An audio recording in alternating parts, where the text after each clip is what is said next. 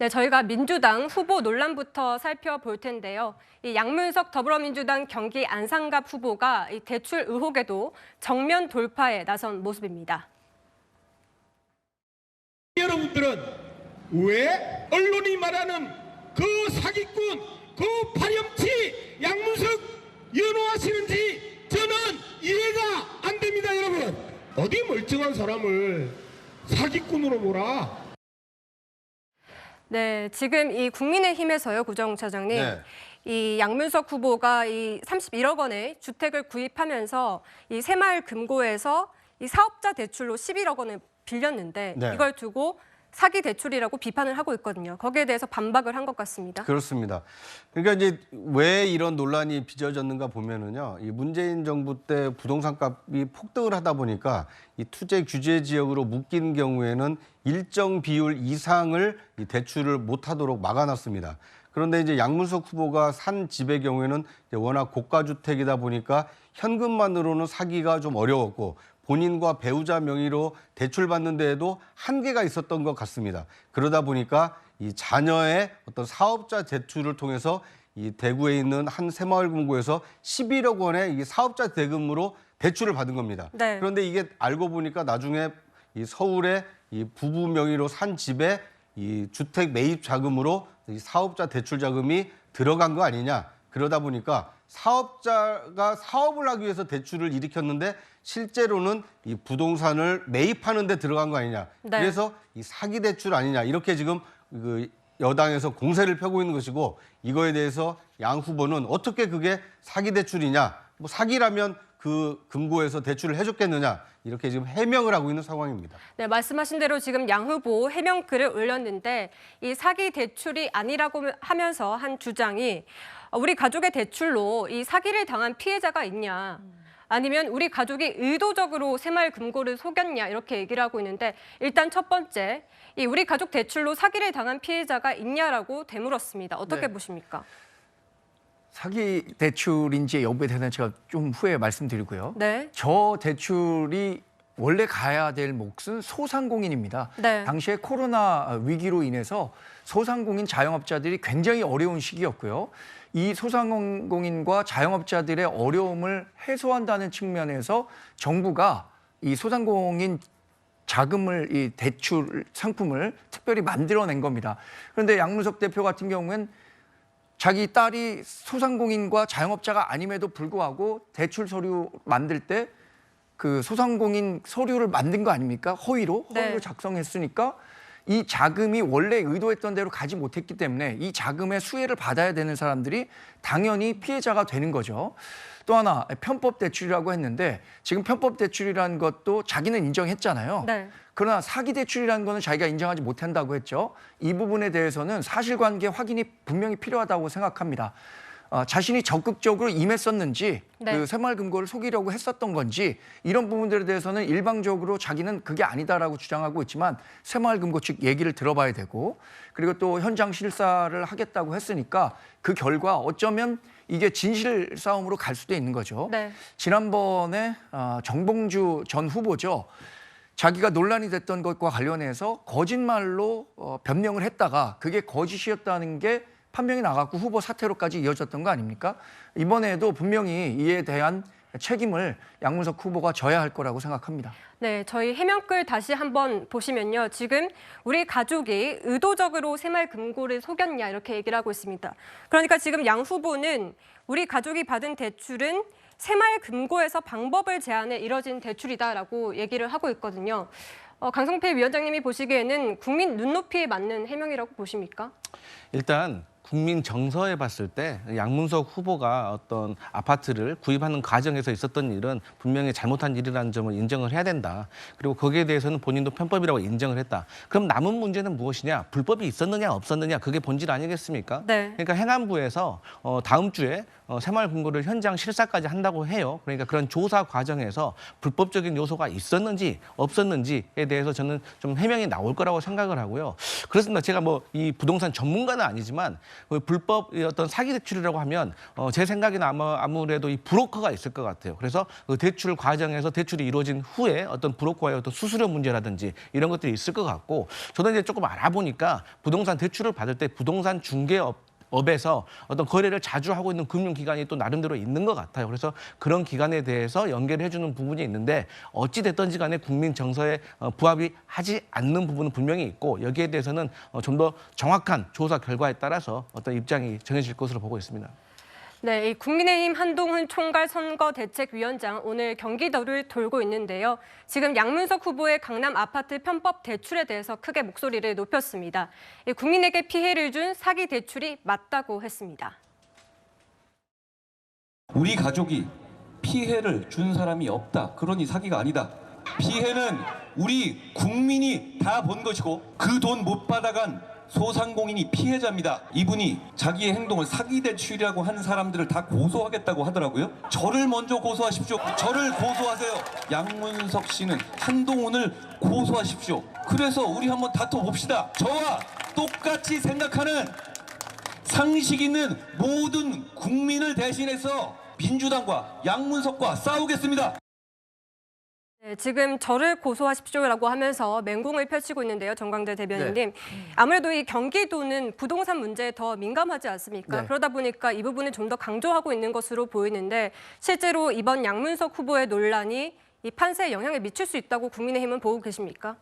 제가 정말 아쉬워하는 부분이 그겁니다.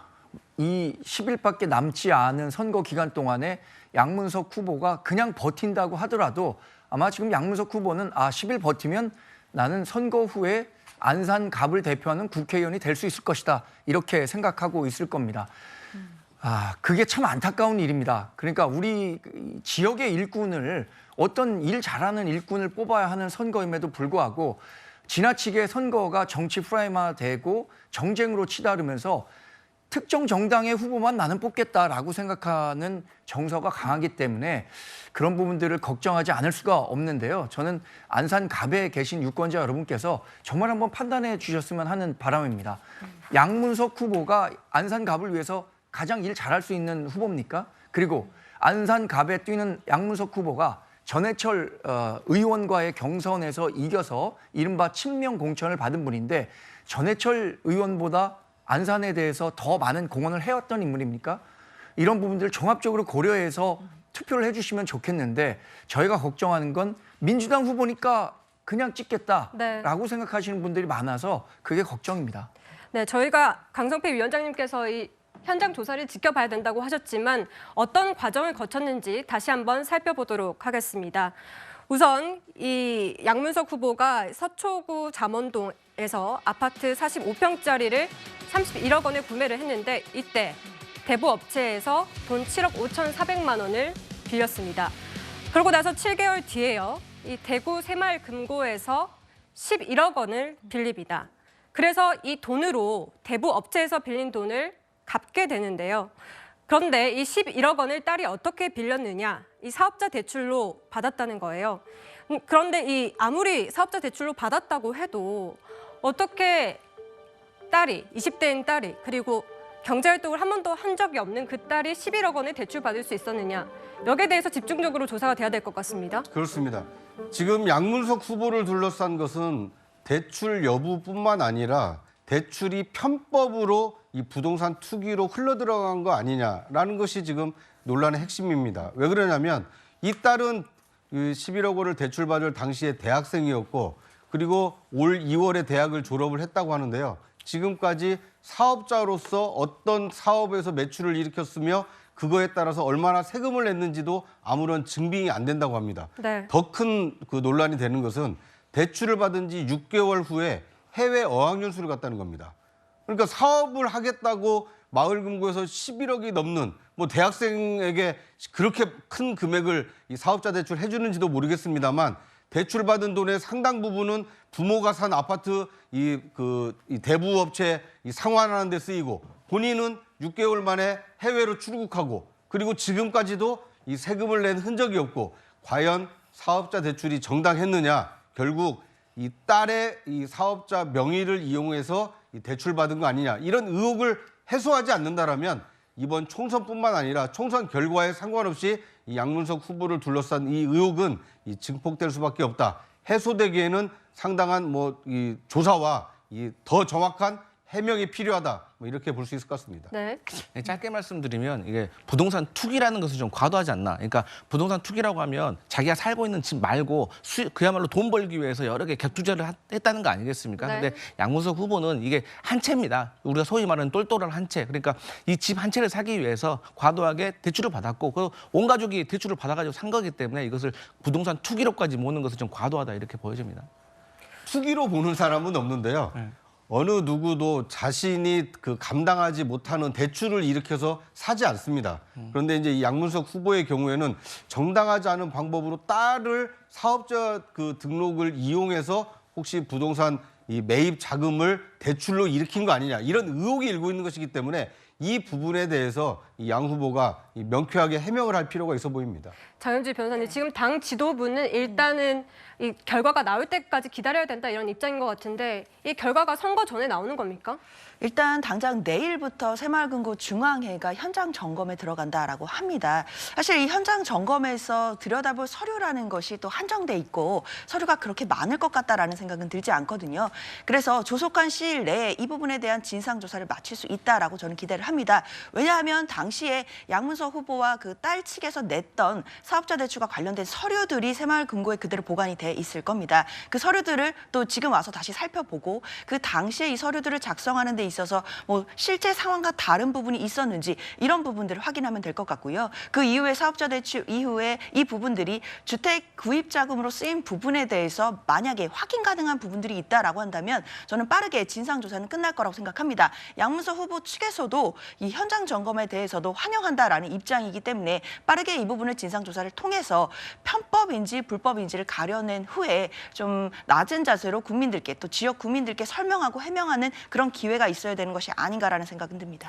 장현주 변호사님, 그러면은 만약에 이 선거가 끝난 뒤에 이 결과가 나오게 된다면, 그래서 만약에 불법이라는 판단이 나오게 된다면 이 반납하게 되는 겁니까? 글쎄요, 그 부분은 지금 아직 너무 많은 전제들이 있기 때문에 네. 가정하에 하는 부분들이 있기 때문에 좀 예측하기는 어려운 부분들은 있긴 한데요. 사실 일단 만약에 새마을금고 중앙회에서 이런 부분에 대해서 문제가 있다라고 한다면 대출금을 회수하는 조치까지 하겠다라는 지금 보도들도 나오고 있는 상황입니다. 그렇기 때문에 단순히 그냥 편법이 아니라 정말 불법의 소지가 있다라고 한다면 또 다른 새로운 국면으로 넘어가는 것이기 때문에요. 그때 상황에 맞춰서 당에서도 후보 측에서도 입장을 내지 않을까라는 생각은 듭니다. 그러니까 저는 안타까운 것이 지금 3년 됐지 않습니까?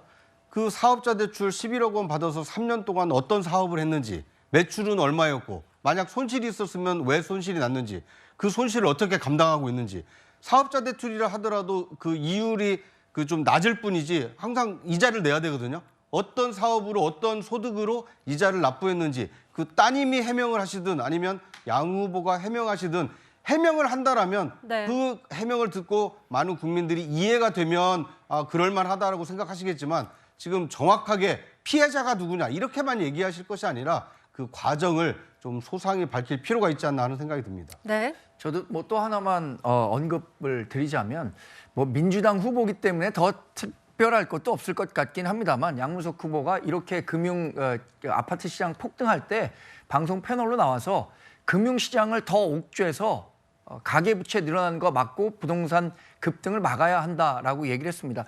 근데 그렇게 말해놓은 시기에 이분은 이렇게 편법으로 딸의 이름까지 빌려서 자신의 아파트, 고가 아파트를 산 겁니다.